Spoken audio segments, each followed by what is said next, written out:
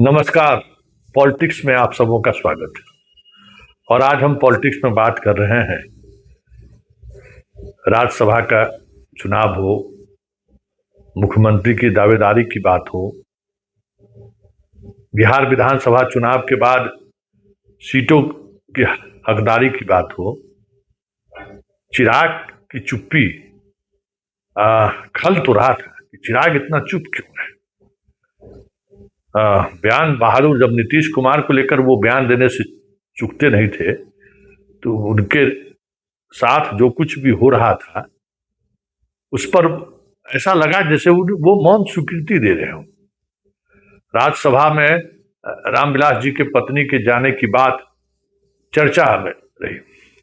खुद वो कह दिया कि हमारी माँ कभी पॉलिटिक्स में जाना पसंद नहीं करेगी। क्या क्या बातें हुई थी। 4 विधायक वाले को एक सांसद भी, राज्यसभा का एक विधान परिषद का सीट भी दी गई। चिराग चुप रहे। हाँ, अंदर खाने चिराग ने यह जरूर कहा कि हमारे विधायक को, उपेंद्र कुशवाहा को वोट देने के लिए मत कहिएगा, फिर कुछ होगा तो मुझे इसके लिए आरोपित मत करिएगा। लेकिन आज दिल्ली सीबीआई से जो खबर आ रही है, वो खबर उस चुप्पी का रहस्य तो नहीं है, बड़ा सवाल है। क्योंकि 1997 का बात समझिए, 2017-18 का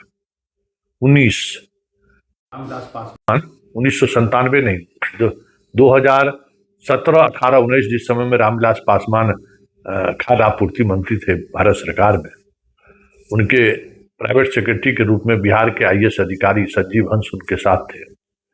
उस दौरान 9 करोड़ से अधिक का घूस लेने की बात सामने आई है। और वो घूस का कैसे ट्रांजैक्शन हुआ है, 1 करोड़ घूस का ट्रांजैक्शन का भी सीबीआई ने मतलब तार जोड़ने में कामयाब रहा है। और वो एक केस को, मतलब एक फूड से संबंधित एक केस, बंसल बंधु और बड़े बड़े लोगों का एक केस था, उस केस को मैनेज के लिए लिया गया था। केस के जजमेंट के बारे में भी बहुत चर्चाएं हुई हैं। बंसल भी अभियुक्त बने हैं कि कहीं न कहीं डील के बाद जजमेंट भी फेवर में आया है।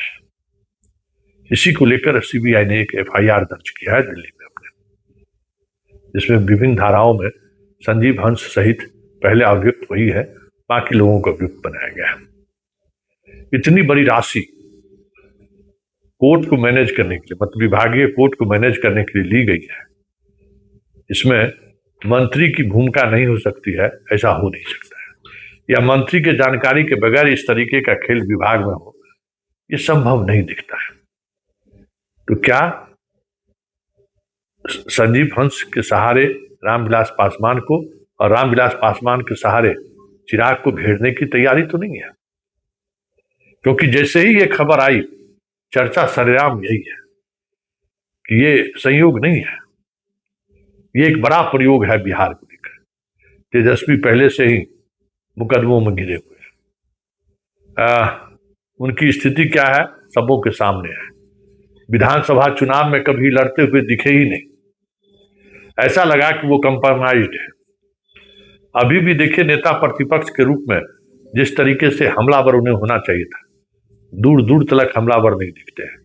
वहां भी लगते हैं कि कंप्रोमाइज्ड है। तो एक तरफ तेजस्वी कंप्रोमाइज्ड है, अब चिराग के कंप्रोमाइज्ड की बात आ रही है, क्योंकि रामविलास पासवान पर जांच गया तो स्वाभाविक है चिराग बच नहीं पाएंगे। और चिराग के घेरने का मतलब क्या है? क्या बीजेपी बिहार में एक भी इस तरीके के पॉलिटिशियन जो क्षत्रिय दल चला रहे हैं, कहीं उसको लेकर असहज तो नहीं है? या फिर बीजेपी जो नारा देती है कि भाई क्षत्रिय दल से केंद्र की सरकार या केंद्र में मजबूत सरकार कभी कभी नहीं हो पाता है। इसलिए क्षत्रिय दल इस देश के लिए नुकसानदायक है। जेपी नड्डा बोले थे ना सब मुजफ्फरपुर में, तो क्या उसी की कोशिश तो नहीं है?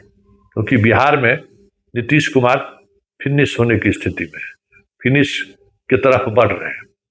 दूसरी बड़ी ताकत है तेजस्वी, लालू परिवार। वो भी मुकदमों में इस तरीके से घिरते जा रहे हैं या घिर चुके हैं कि वहां भी उनके लिए कोई स्पेस बनता हुआ दिख नहीं रहा है। मतलब दूसरी सबसे बड़ी ताकत नीतीश के बाद रामविलास पासवान, फिर लालू यादव, यही लोग हैं ना ताकत। तो नीतीश कुमार तो फिनिश की तरफ बढ़ ही गए हैं। निशांत क्या करेंगे ये तो वक्त बताएगा, लेकिन पार्टी नीतीश के मुख्यमंत्री हटते ही बहुत कुछ दिखने लगे तो कोई बड़ी बात नहीं है। पार्टी कहाँ जा रही है? संगठन वाली पार्टी थोड़ी है। तो नीतीश फिनिश, लालू परिवार फिनिश, और अब चिराग को फिनिश करने की तैयारी तो नहीं है। मतलब बिहार विपक्ष विहीन, जैसे केंद्रीय स्तर पर विपक्ष विहीन भारत की चर्चा अक्सर होती है। ये अलग बात है कि राहुल गांधी अपनी मौजूदगी किसी न किसी रूप में दर्ज करा देती है, ये अलग बात है। लेकिन देश जिस विपक्ष मुक्त भारत की तरफ बढ़ रहा है, बिहार भी लग रहा है कि उसी तरफ बढ़ रहा है। क्योंकि ये खबर मतलब जिस तरीके से सामने आई है, यह संयोग नहीं है। क्योंकि ये सब कुछ संकेत है कि बिहार को लेकर बीजेपी के दिमाग में कुछ और भी चल रहा है, और उसमें जितने अपने एलाइज भी जो है उन पर भी उनकी नजर है कि सरकार बनने की बात हुई या सरकार बीजेपी की बनी तो फिर जितने एलाइज हैं वो बीजेपी के उस लाइन, उस लेंथ पर बने रहे जो बीजेपी चाहती है। अब देखना दिलचस्प होगा कि चिराग की चुप्पी या चिराग का स्वीकार करना जारी रहता है या फिर बागी बनता है चिराग। क्योंकि तेजस्वी ने तो सिलेंडर बोल दिया है, ये साफ दिख रहा है। नीतीश कुमार उस तरफ बढ़ रहे हैं। परिवार को राजनीति में वो भले अंतिम समय में लाए हैं, निशांत को क्या करेगा वो तो वक्त बताएगा। लेकिन एक बात तो तय है कि बिहार में अब बीजेपी का शासन होगा और एक मजबूत सरकार बनाने की दिशा में सीबीआई हो या ईडी हो, इसका इस्तेमाल तो होना शुरू हो गया है।